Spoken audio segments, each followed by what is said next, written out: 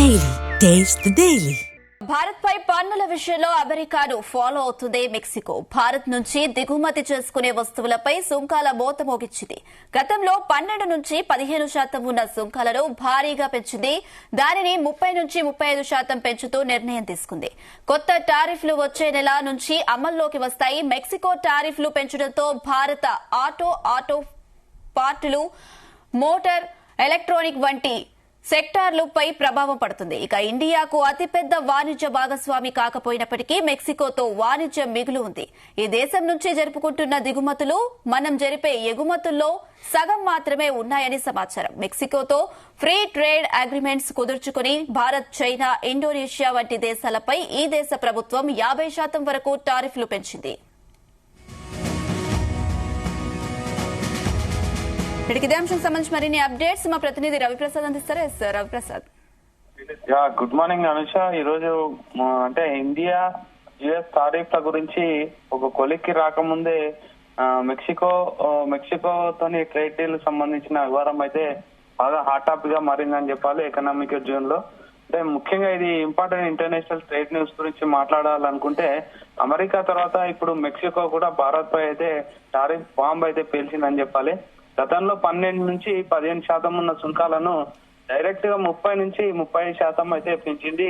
ఇది కేవలం అంటే జనరల్ గా అది న్యూస్ స్ప్రెడ్ అవుతుందని చాలా రోజుల నుంచి అన్నారు. కాకపోతే అఫీషియల్ గా అనౌన్స్ చేయడం కూడా కొంచెం మనం ఈ రోజు అబ్జర్వ్ చేయొచ్చు. ముఖ్యంగా మెక్సికో ఎందుకు ఇలా చేసిందని ఆలోచిస్తే మాత్రం అమెరికా తరహాలోనే లోకల్ ఇండస్ట్రీని కాపాడుకోవడం, ఫ్రీ ట్రేడ్ అగ్రిమెంట్ లేని దేశాలపైన అయితే కఠిన వైఖరి వివరించాలని అయితే వాళ్ళు ఆలోచించినట్లయితే అర్థమవుతుంది. భారత్, చైనా, ఇండోనేషియా లాంటి దేశాలపై 50% వరకు టారిఫ్లు పెంచడం ముఖ్య ఉద్దేశంగా మనము ఆ డీల్లో అయితే మనం ముఖ్యంగా అబ్జర్వ్ చేయొచ్చు. అసలు యాక్చువల్ గా మెయిన్ దీనికి కారణం ఏంటంటే ఫ్రీ ట్రేడ్ డీల్ లేకపోవడం అనేది ముఖ్యంగా అంటే మెక్సికోకు సంబంధించిన అధికారులు ఎక్కువగా వెల్లడించడం అయితే మనం అబ్జర్వ్ చేయొచ్చు. మెక్సికో మనకు అతి పెద్ద ట్రేడింగ్ పార్ట్నర్ కాకపోయినా భారత్ మెక్సికోతో అయితే ట్రేడ్ సప్లైస్ అయితే బాగానే ఉందని చెప్పాలి. మనం ఎక్కువగా ఎగుమతులు చేస్తాం కాబట్టి దిగుమతులు మాత్రం తక్కువే అని చెప్పాలి. అందుకే ఇప్పుడు టారిఫ్ పెంపుతో భారత్ ఎగుమతులపై అయితే బాగా ప్రెజర్ వచ్చే అవకాశం అయితే ఖచ్చితంగా ఉంది. ముఖ్యంగా ఆటోమొబైల్ సెక్టర్ అయితే బాగా ఇంపాక్ట్ అయ్యే అవకాశం అయితే ఖచ్చితంగా ఉందని చెప్పాలి. ప్యాసింజర్ వెహికల్ సంబంధించిన అయితే టారిఫ్ 20% నుంచి 35% పెంచడం అండ్ గత ఏడాది ఎగుమతులు చూసుకున్న $938 మిలియన్ అయితే ప్రజెంట్ మనం ఎగుమతులు అయితే చేయడం జరిగింది మెక్సికోతోని ఆటోమొబైల్ సంబంధించి. తర్వాత ఆటో పార్ట్స్ సంబంధించి చూసుకుంటే టారిఫ్లు 10% నుంచి 15% వరకు అయితే 15% వరకు ఉంటుండే, ఇప్పుడు 35% చేయడం. ఎగుమతులు $507 మిలియన్ అయితే లాస్ట్ ఇయర్ మనం చేయడం జరిగింది. మోటార్ సైకిల్ పైన చూసుకున్న 20 నుంచి 35% అయితే చేయడం జరిగింది. అంటే ఇండియా కంపెనీల ప్రోడక్ట్స్ మెక్సికోలో ఖరీదవుతున్నాయనే మనకు అంటే అర్థమైపోతుంది. ముఖ్యంగా లోకల్ లేదా ఇతర దేశాల కంపెనీలతో పోటీ తగ్గుతుంది. లోకల్ సంబంధించిన అంటే వాళ్ళకు మెక్సికోకు సంబంధించిన లోకల్ జనాలకు ఎక్కువగా అవకాశాలు ఇవ్వడం, వాళ్ళకి నిరుద్యోగులకు కూడా ఎక్కువగా అంటే నాన్ లోకల్ పర్సన్సే ఎక్కువగా ఉన్నారని వాళ్ళు కూడా ప్రభుత్వం ఆలోచించడం, యుఎస్ మాదిరిగానే మెక్సికో కూడా ఆలోచించడం అనేది మనం అబ్జర్వ్ చేయొచ్చు. ఎలక్ట్రానిక్ సంబంధించిన వస్తువులపై కూడా ముఖ్యంగా స్మార్ట్ ఫోన్లపై కూడా ఇప్పటి వరకు అయితే డ్యూటీ ఫ్రీ అయితే ప్రజెంట్ ఉండడం జరిగింది. ఇకపై అయితే 30% అయితే మన ఎగుమతులపై అయితే ఖచ్చితంగా ఉంటుందని అయితే అధికారులు తెలపడం జరిగింది.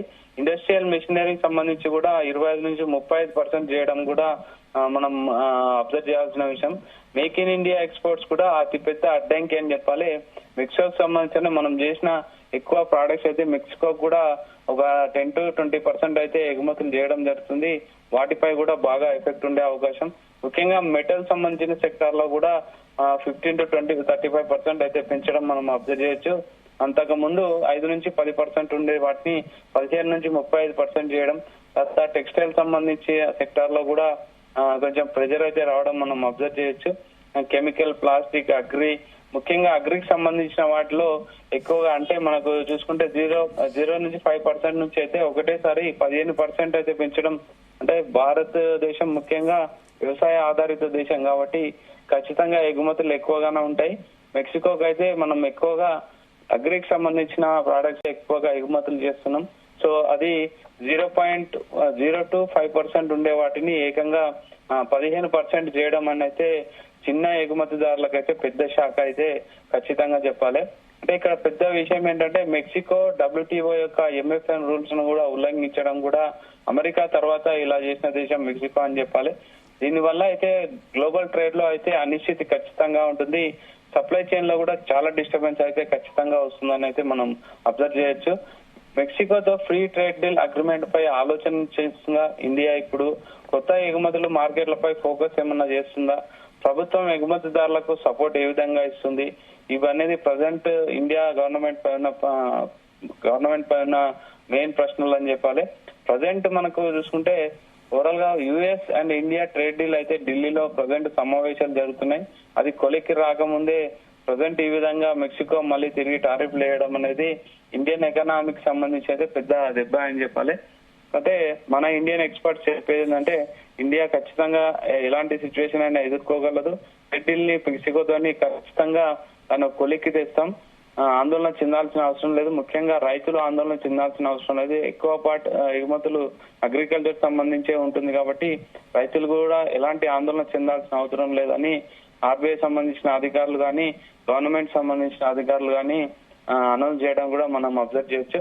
ఓవరాల్ గా ఈ టారిఫ్లు విధించడం అనేది ఇండియన్ ఎకనామీలో ఒక అనిశ్చితి అయితే ప్రజెంట్ స్టార్ట్ అవడం జరుగుతుంది. ఇంకా ముందు చాలా ఉంటుందని అయితే ఎకనామిక్ ఎక్స్పర్ట్లు కూడా అంచనా ప్రకారం అయితే ఇంకా చాలా టారిఫ్లు ఉంటాయి. వివిధ దేశాల్లో కూడా అనిశ్చితి మొదలవుతుంది.